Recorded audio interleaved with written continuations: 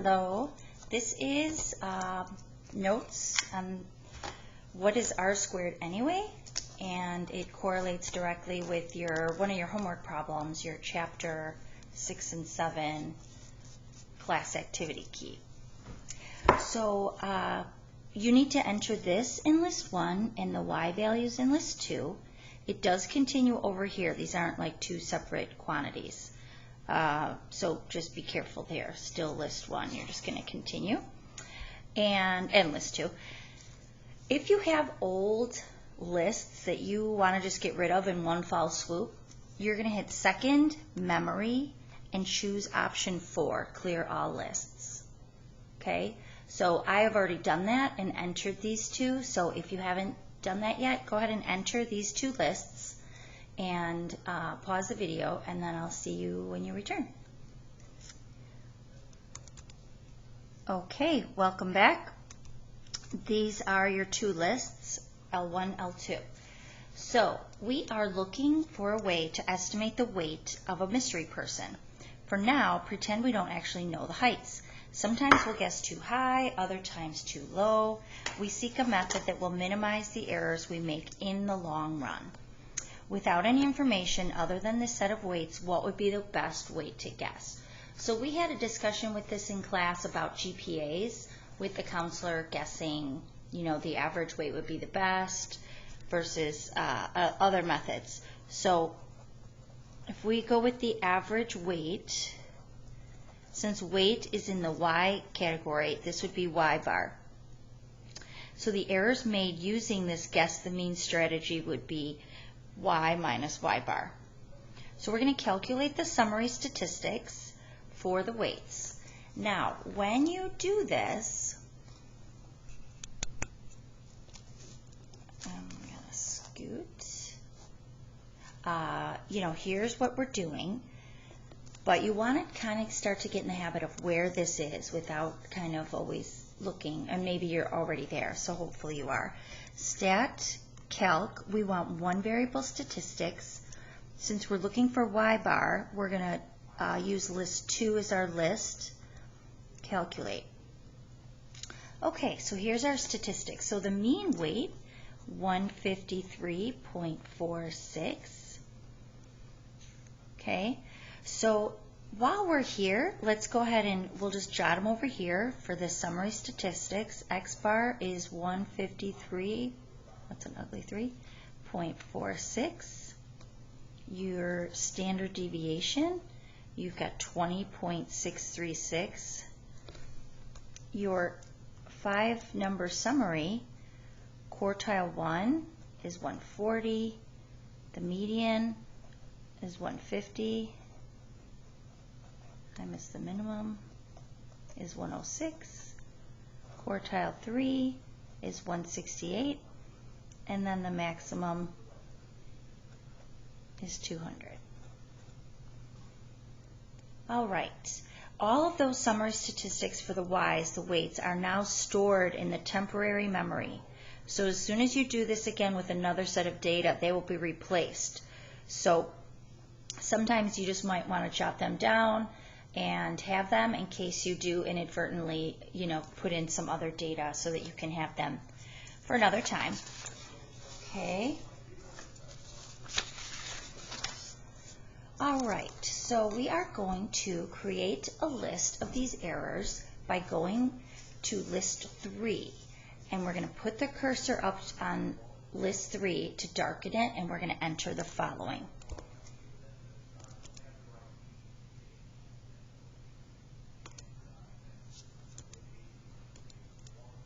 Okay, so these errors, remember, they are Y minus Y bar. Okay, so the means of the Y's can be accessed through this command. So instead of typing all that or flipping your page, and I'm just using, like, your calculator would typically spit out X bar, ours is the Y bar, so I'm just kind of trying to clear that up for you in our notes here. You always want to kind of keep a track of what list is what. I keep on saying I'm going to leave this over here, and then I lift it. Okay, so you're going to press 5 or statistics. What? Oh, no, sorry, my son is here. 5, statistics. And what you want is that X bar, which technically is Y bar for our cases here. Okay, so now take a look at the errors by making a box plot of those errors with respect to the mean that are now stored in L3. And we're going to sketch it below. So we're going to add another parallel box plot later. Okay.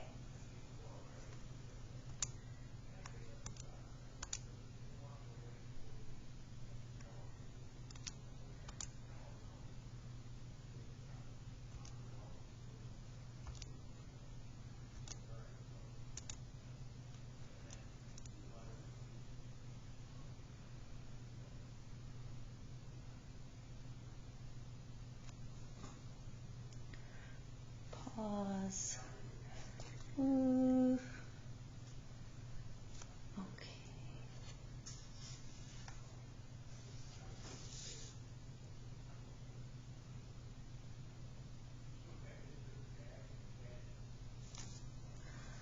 Okay. So up in list 3, we're going to put the list 2 minus X bar. Second, list 2 minus bars, statistics, option 2, X bar. Enter. So there you have all the errors. Okay, so we're going to sketch this box plot below. So for this, we're going to go to second, stat plot. And again, if you've got a lot of them on and you're not sure, I typically will just turn them all off and then just go back to the one I want on. So I'm going to turn on the first one. Turn it on. I want a box and whisker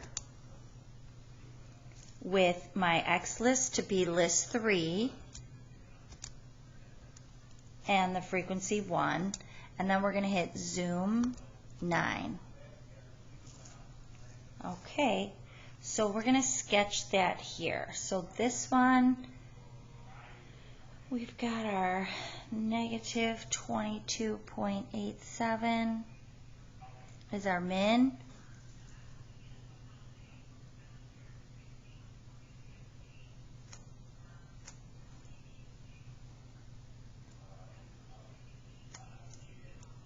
Sometimes if you want to see some of those, nah, I'm not going to do that. This video will be too long as it is.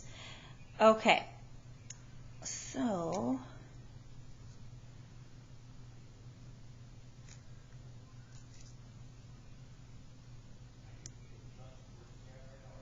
that's another way you can do it. So you've got your negative 47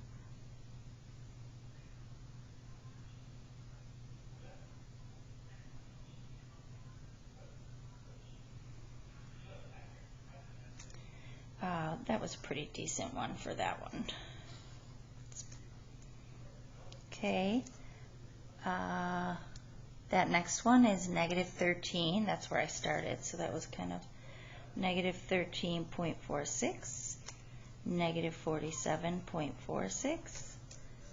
Next is negative 3.46. Next is 14.53. What's after 3? Better go 14.54. And 46.54. That's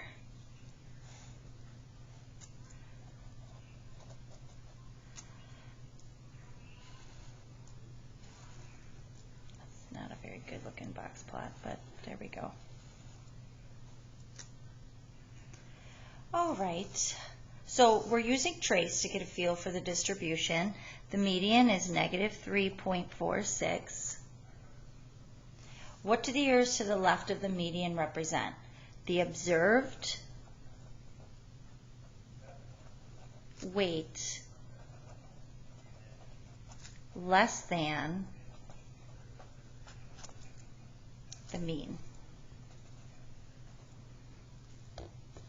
And to the right, scoot. Observed weights greater than the mean weight.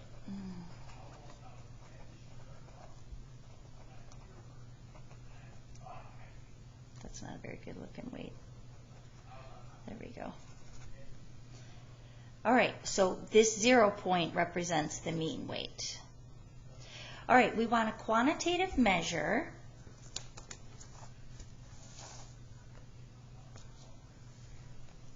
of the overall amount of error. So simply adding the errors won't work. Why not?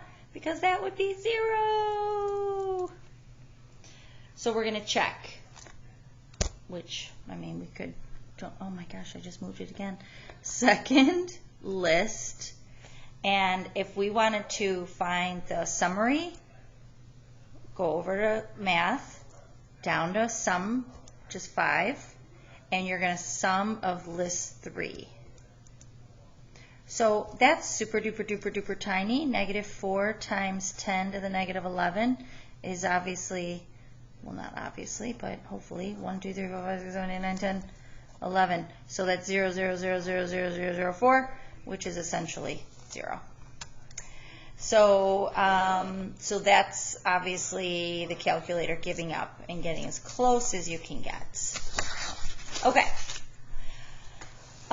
So you know the usual statistics trick. Of course, the sum of the squares of the errors. So squaring makes them all positive, better for adding, and places greater emphasis on the larger errors that we hope to avoid.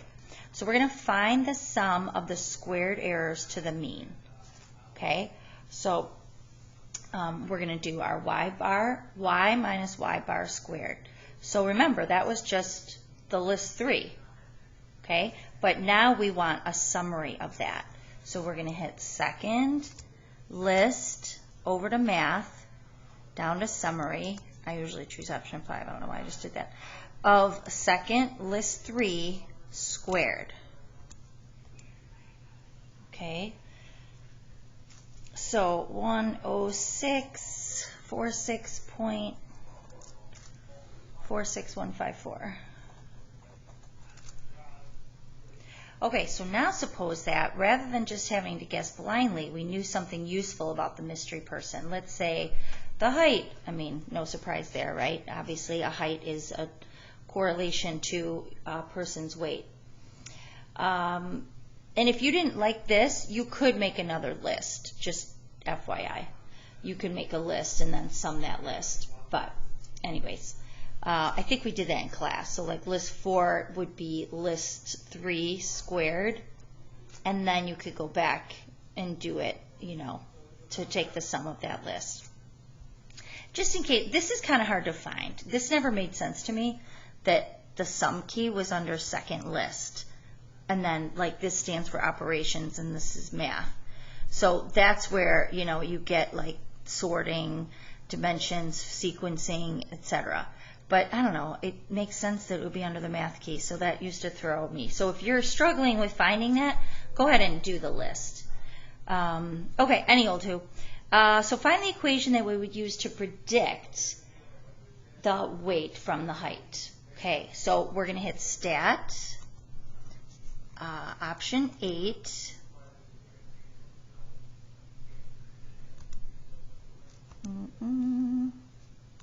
Sorry, over calc. Option 8 is 8. So then we want our list 1, list 2, so that's old, list 1, list 2, frequency list. And then remember, this is key. We want to store that, okay? So we're going to store that, and again, it's under this awkward key, vars, over to y vars, function. And we're going to store it as y1. Okay, so there we have it. So the predicted height, remember that's the p hat, is approximately negative 357.86 plus 7.20175 4386. Look at all that room we have. Times a person's weight. Okay, how strong is that relationship? Well, R is 0.745. And if we square that, we get 0.55. So if we change that to a percent, we've got 55.5%. So how much better is using the regression line than the blind guess the average method? Maybe just a little. I mean, that's 55% isn't the greatest strength. So we're going to place the residuals into list 4. Now, if you already made a list 4 up there, then yours would be list 5, or you can delete that list. Up to you. But I'm going to, since I didn't, I'm going to use list 4. Okay, so once again, I moved that so you can't see them both. Let me do that.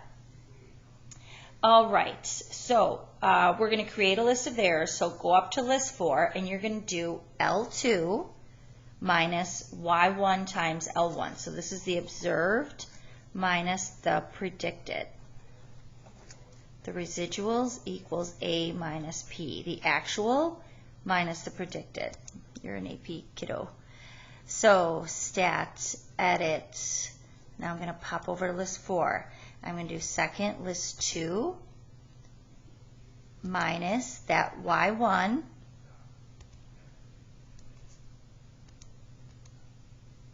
times list 1. Alrighty. Okay, so this command takes the actual Y values stored in list 2 and subtracts the predicted Y values by placing the X's stored in list 1 into the regression model that is stored in Y1 and computes those predicted Y values. So those residuals are then stored in list 4. Okay? So another way is the residual key. So if you store it, you can do second list residual store. Second list, option 7, and you're going to store it. So you would store it then as list 4. I don't know, I did something wrong there, but I already have it, so I like that. I don't like that way, but anyways, that's what you can do. You can take your residual list, go to list 4, and then you would store it. You weren't really trained on using that store key in Math 3. It is useful, but anyway, I just like to store it in the equation. That's the way I did. All right, so we hope this linear model method's errors are generally smaller than the first batch. So this was the total error. All right, and then these guys are the errors after that linear regression is applied.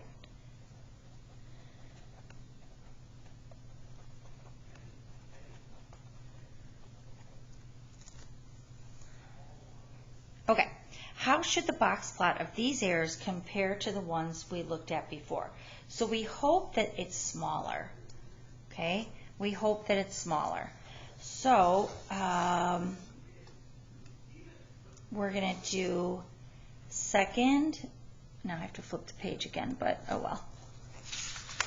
I thought that there would be another box plot up top there, but I'm going to have to flip back. I try not to flip too much on the hover cam because I know it makes it wonky. Okay, so we're going to check that out by creating a parallel box plot for the residuals in list 4 on the calculator. So sketch it above the first box plot. Okay, so I'll put, remember, you're going to hit second stat plot. Again, if you want to turn them all off, if you want the second one, whatever. So as long as this one already has my box and whisker, I'm going to enter that one. And now instead of that one, actually, no, that's silly, because then you could see it back to back on your calculator. So let me, second stat plot, turn this one on. We want box plot. Now our X bar is list 4. Second list 4. And we're going to hit zoom 9. All right. So this one is above the first one. So my first one was in pink. Even on the graphing calc, look at that. But darn it, up here, I put it up top. So this, and I have to make a judgment call. So I'm going to say, I'm going to put it down here. That's all right. So mine, just if you're following mine, then make sure that you're, I'm going to say below. That's where mine went. Apologies. Okay, so you are going to see if this was a little bit better looking. If you don't have a color calculator and you kind of get them confused, which one was which, you can go back to your y equals, and then there's the color, second stat plot. So my first one was blue and my second one was pink. All right, boy, that's really confusing since I use pink, but oh well. So if I could turn this one off. It wouldn't delete the data, but then I can just hit zoom 9 and just see the one that I need, because that's thrown me off that that's pink when really I wanted it to be. Oh well, what are you going to do? All right, trace. I'll start at the lower end, which is negative 22.87. And then we have negative 10.67.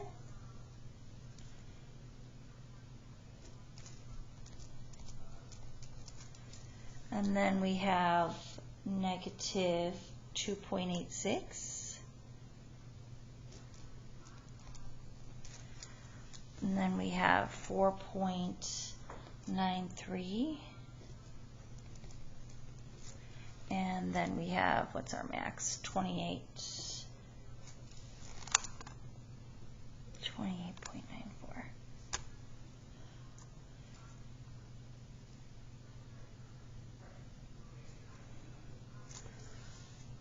That's going to be an outlier. Here's our max.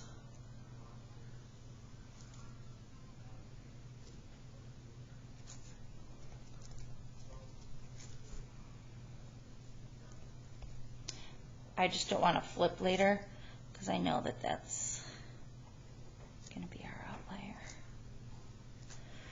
Okay, so hopefully that's not too confusing since they're flippity-flopped, but yay. So let's get back there because this video is going to be forever.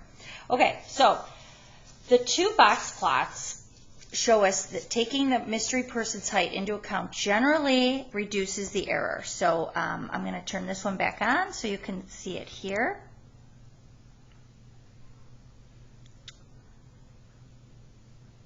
Zoom, where am I? Okay. So you can see that comparison. And what else do we got? Quantitatively, how much better? We need to find the sum of the squares of the residuals. Okay. So we're going to investigate the squared residuals. So we're going to hit second list, over to math, and we're going to take the sum. So remember, that's option 5 of list 4 squared. Second list 4 squared. So remember, we did this before with list 3. So now we got 4733.82.